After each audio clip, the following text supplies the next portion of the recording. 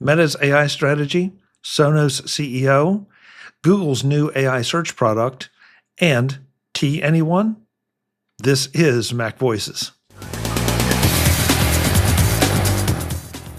Today's MacVoices is supported by Clean My Mac and the new Cloud Cleanup feature. Get tidy today. Try 7 days free and use the code MacVoices20 for 20% off at cleanmy.com/MacVoices.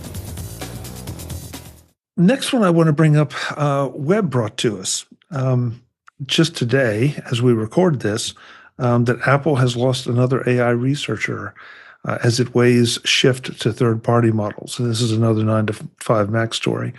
Webb, you obviously felt this was worth talking about. Why? Other than the obvious. I'm sorry. I just thought it was interesting that Meta is or Meta, whatever. They're continuing to strengthen their bench.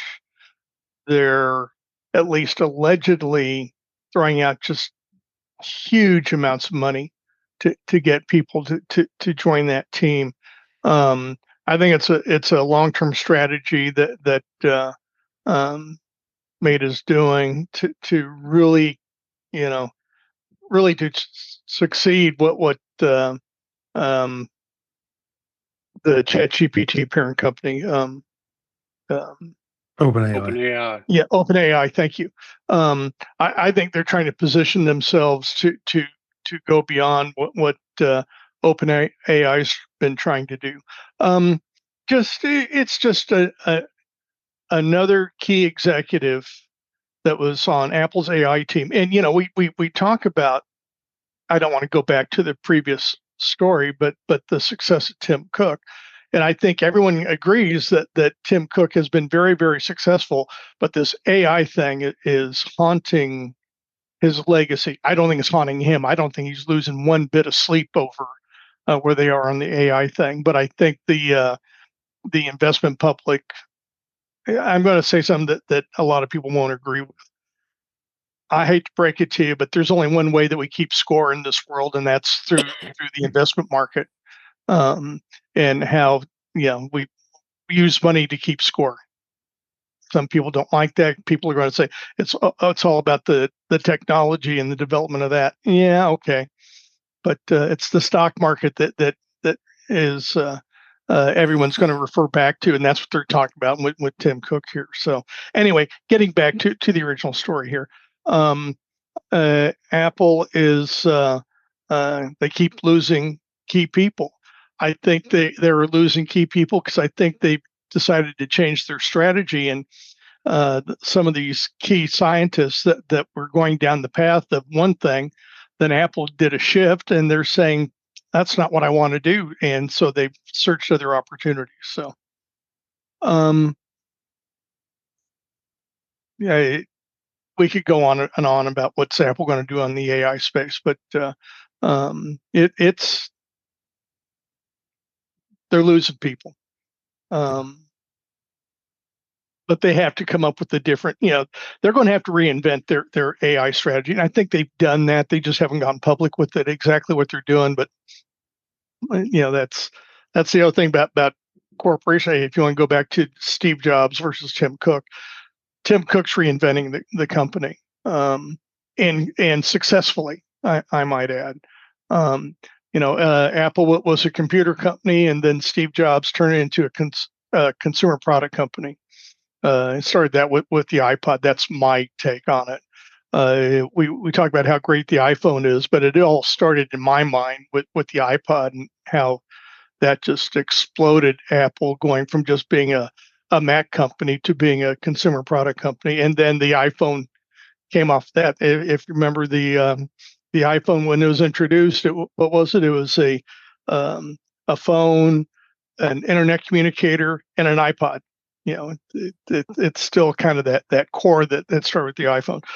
So anyway, I'll quit dribbling here. But I think as far as AI goes, Apple's focus has shifted.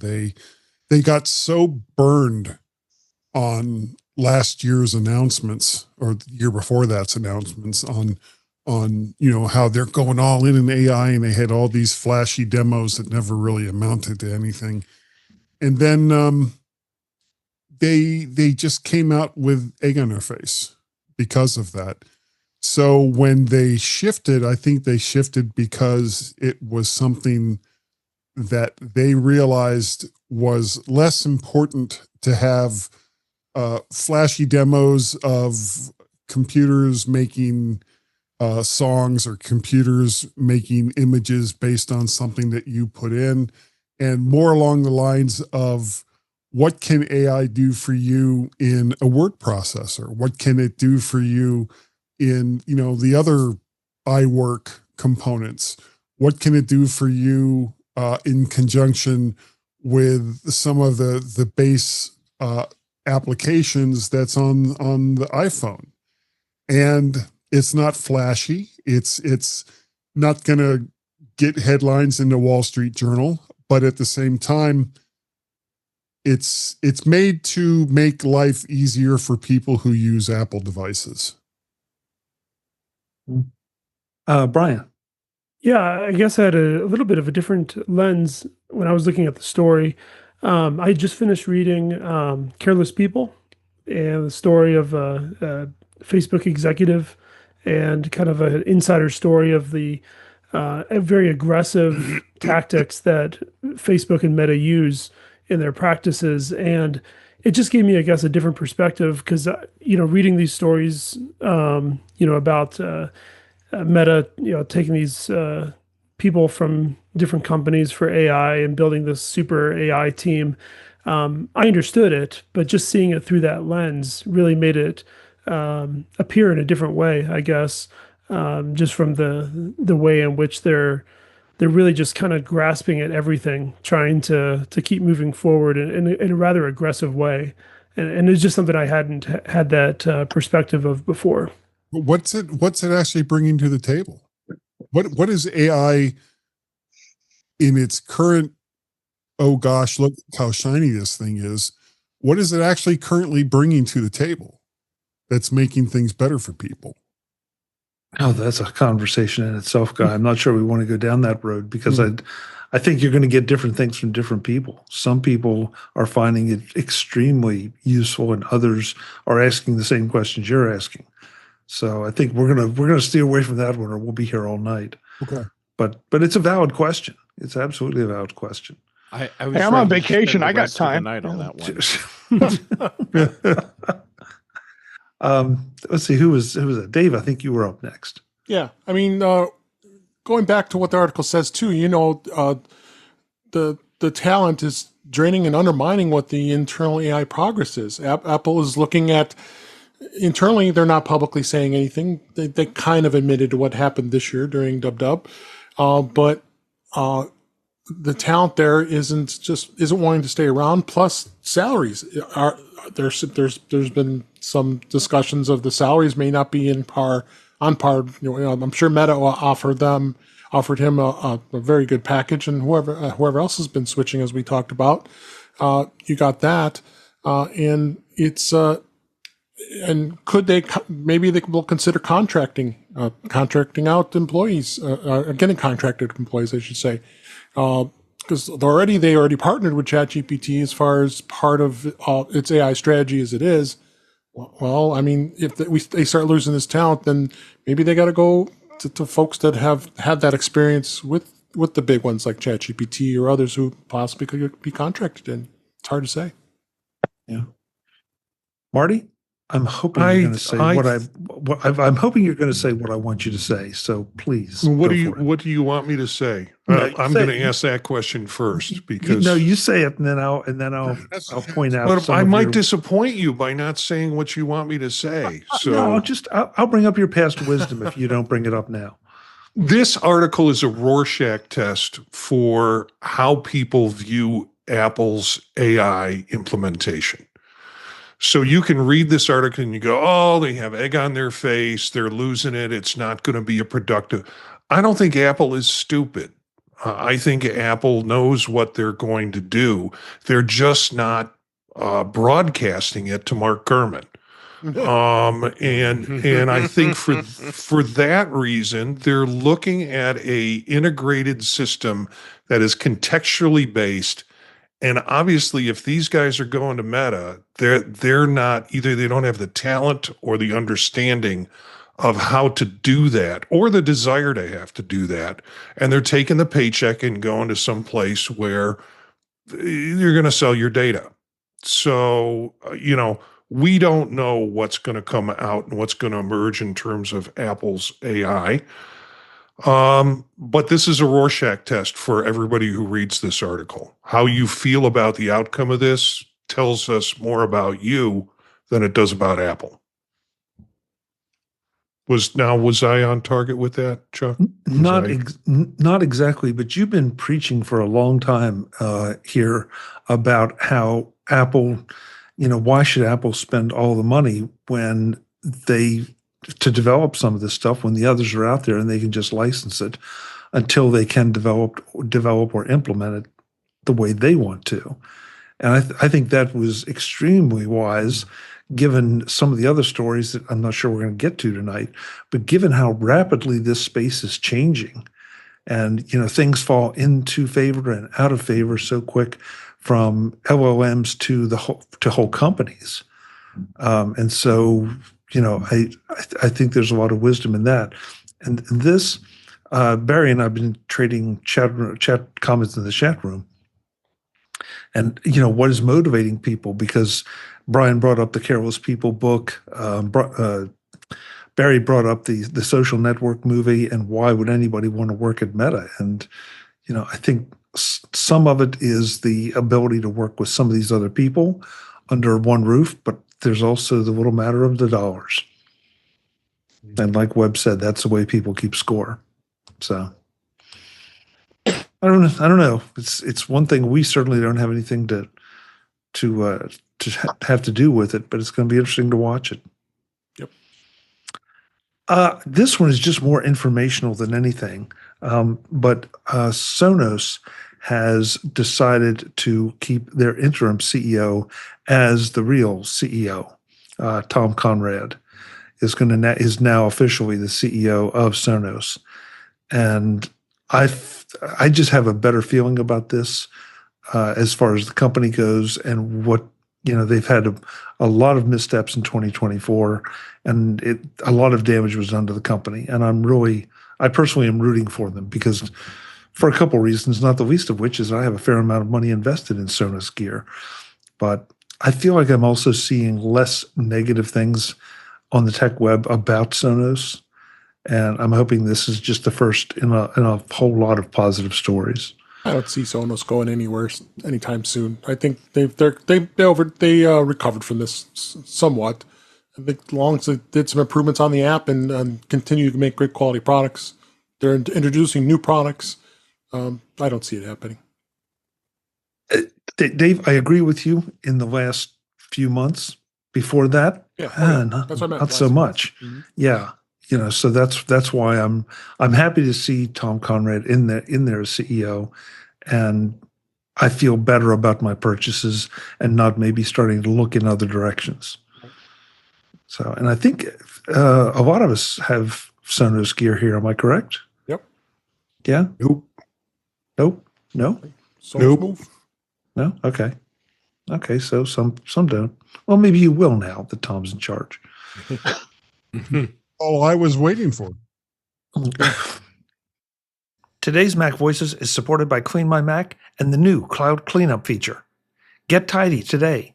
Try 7 days free and use the code MacVoices20 for 20% off at cleanmy.com/MacVoices. You know that email you get when your cloud storage is maxed out, and suddenly you're paying for space you didn't even use? It's not just wasted storage, it's wasted money, and it's using up mental capital as you try to deal with it. That's why Clean My Mac's Cloud Cleanup is such a game changer. It smartly connects to your iCloud, OneDrive, and Google Drive accounts and hunts down those big space-wasting files you forgot that you were storing. Whether they're synced to your Mac or only stashed in the cloud, Cloud Cleanup spots them all. The best part? All scanning happens locally on your Mac, so you keep control of your data at all times. If you're using Google Drive or OneDrive, just make sure their desktop apps are installed and logged in. Once the scan's done, you can choose exactly what happens. Remove files from your disk, evict them only from the cloud, or run a quick cleanup to instantly free up gigabytes. And if you change your mind later, restoring the files is as easy as a click. Imagine your cloud, lighter and more spacious, feeling almost infinite again, like it used to. It's not just about digital storage either. It's about freeing your mental space and, of course, your wallet. Get tidy today. Try Clean My Mac for free for 7 days, and don't forget to use the code MacVoices20 for 20% off at cleanmy.com/MacVoices. That's CLNMY.com/MacVoices. Thanks to Clean My Mac and Cloud Cleanup for supporting MacVoices. This one is from Lifehacker. Google now has a new AI search product. And this is what this was one of the things that came to mind when I said about stuff coming and going. This author felt like he liked this, but I'm not quite sure what the big deal is. This seems to be Google's current answer to the AI browser questions. But it sure didn't feel like this was a really big deal to me. And I was curious to see if any of you have looked at this or tried it, or even care. Or have you just abandoned Google to one of the other AI search options or the AI browsers? I hadn't heard anything about this. No, me either. I just enabled it and check it out. Okay. All right. Check it out. I mean, again, I played with it a little bit, and it's like it seemed a lot less satisfying to me than just doing a regular search or doing a search in ChatGPT and letting it pop up. So, yeah, I have built into my Chrome browser something called Laboratory or Labs, and it does a really nice job of summarizing the steps I need to do if I'm trying to fix something, or if I'm trying to do, 95% of the time it's on target of what needs to happen. And I've added that in as an extension. It's Chrome, and this looks and sounds a lot like that based into their browser. So I haven't gone to WebGuide, but the announcement says we're launching WebGuide, a Search Labs experiment. So I'm wondering if it's kind of a branch off of that. I think it is. Yeah. Yeah, and Google is known for having a lot of things in the labs area that they play with and then they disappear. Sometimes they come out of labs and become products. And I'm not sure, but I kind of think that Gmail was in labs at one point, or at least certain functions of Gmail was or were, whatever. So. This is another one we touched on last week, but I think it's kind of important. This is not exactly a PSA, but the SharePoint hack. I'm throwing in 2 articles just to inform folks that this appears to be becoming a much bigger deal than we thought it was last week. A U.S. nuclear weapons agency was breached using the SharePoint hack. Now, according to the article from Engadget, no sensitive or classified information was reportedly compromised. Do you really think they would tell you if it was? But sorry, my pessimism is showing. That big boom that you just heard over there, everything is fine. Yeah. So if you are involved with SharePoint in your organization, you may want to do a whole lot of research real quick and find out and do what it takes to fix this. Okay, I've been waiting for this all evening. Have you all seen the T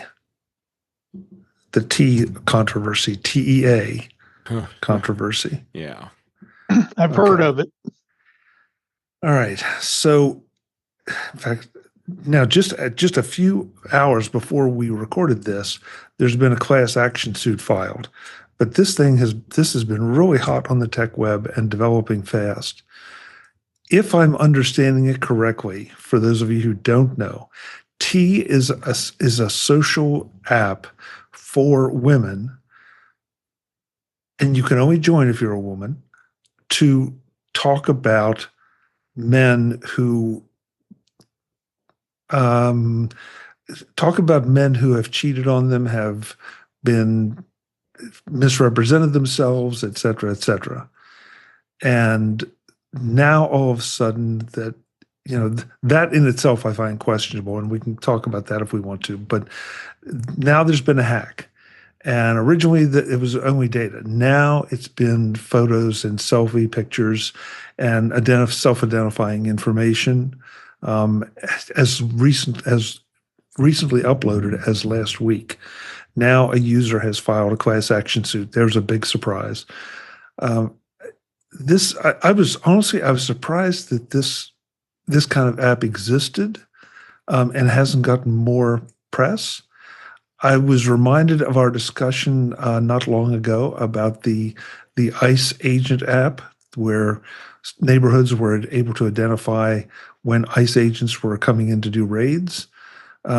This felt worse, and in a lot of ways, because it seemed like there would be no validation for anything. It'd just be women trying to take back, I guess, some sense of power. Now, I'm a guy, and I freely admit that. And I'm not going to excuse some of the things guys do. We were questioning that. Yeah, thank you, Guy. We're using a different app to question that. Yeah, all right. But I mean, does anybody else find the existence of the app questionable? Never mind the security of it. Putting aside the data breaches, the mere fact that an app like this exists. I mean, if you put the shoe on the other foot and there was an app that only guys could go to and rate women and the things that they would say about women. And, it was called Facebook at one time. Yeah. Facebook. Yeah. But I mean, just it's so sexist, and it makes me glad I've been married for 33 years, that I don't have to deal with this kind of crap anymore.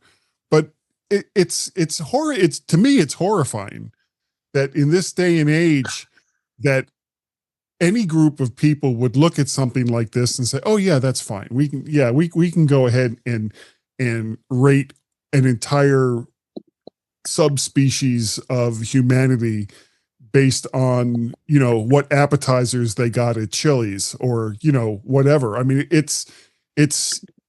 I am horrified that an app like this exists and that no one has called out the people who make apps like this on it. Marty first. Yeah, I put in our private chat, and I'm owning up to it now. I had to do the hack. It was the only way I could get those dirty lies about me out of that app. Okay. You want to post those lies in the chat room so we can all enjoy them? Jeff. All right. So this app, Guy, I have a contrary position to you on this one. Okay, that's fine. And because we are in a position where this isn't something we've had to deal with. The purpose of T is not to rate men, although that's a part of the thing that happens. The purpose of T is to create a safe place for women. We as men, especially white men, we are in a place of privilege. And that's not something, unfortunately, because of the way our society works, that women feel that they have, and in many cases they are not afforded that privilege that we have. So you have to find safe places, and the purpose of T is to create one of the safe places. It's not just about talking about men and men that are problems. It's talking about other things that women want to discuss with each other in a safe place. So the app itself, I do not have a problem with it. The problem I have is that society has created scenarios where we need to have apps like this. My problem with the app itself is not what the app is. It's the gross negligence on the part of the developers. There's no hack here, Chuck, at all. The way they designed the app, all of this information was directly available on the internet, no encryption, no password protection, nothing. It was just out there. No protection or security whatsoever.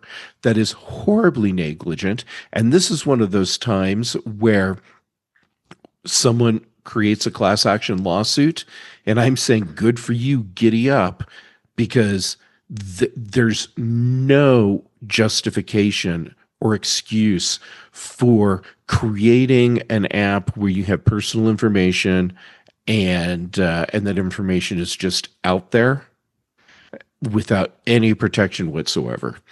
And the damage that this is likely to cause to a lot of women is pretty high. Jeff, I agree with you completely on the safe space thing. I guess the problem I have with it, if this is supposed to be a safe space for anybody that's creating a safe space for anybody else, then there are certain behaviors that should not be allowed in that safe space that border on sexism or any of the other nasty words that you want to attribute to them. And so, I look at this, and I as far as I know, I was not there. I hope I'm not in any of the files. But you have to wonder. I mean, right now we're still seeing the echoes of the whole kiss cam controversy, and you're seeing private people put into a very public grinder, and I kind of feel like that's what there's some similarities there, even though that was completely random, completely by accident, and those people, they should have known it was coming. They made poor life choices. Yeah, they made poor life choices, even just to be there under those circumstances. On the other hand, though, there are cameras everywhere, and you could be caught doing something anywhere. So I'm not suggesting that there should be a guide for how to behave in those situations, but what is happening here is this social shaming in every direction is just becoming, I think, unacceptable.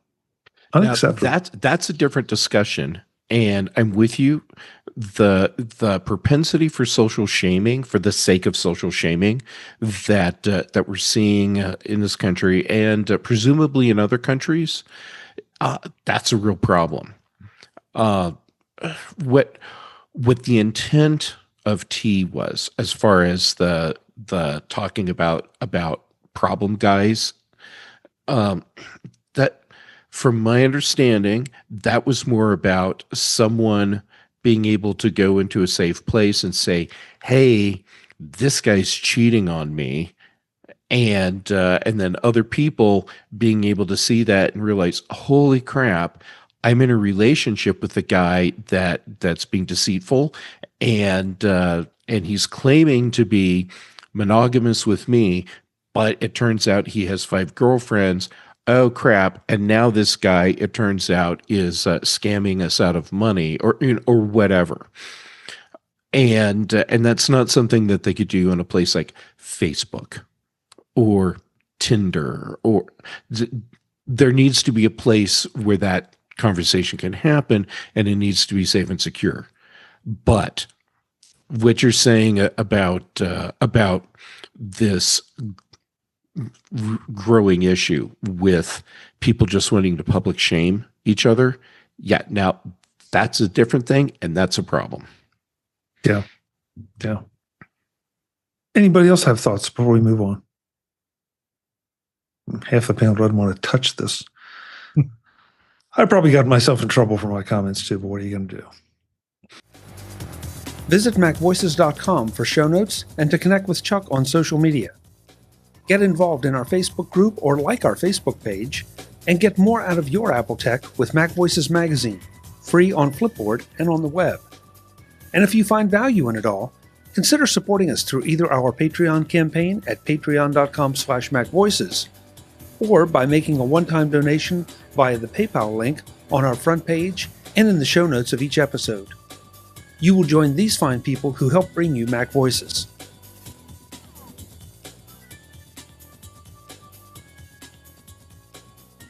Advertising handled by Backbeat Media at backbeatmedia.com. Bandwidth provided by CacheFly at cachefly.com.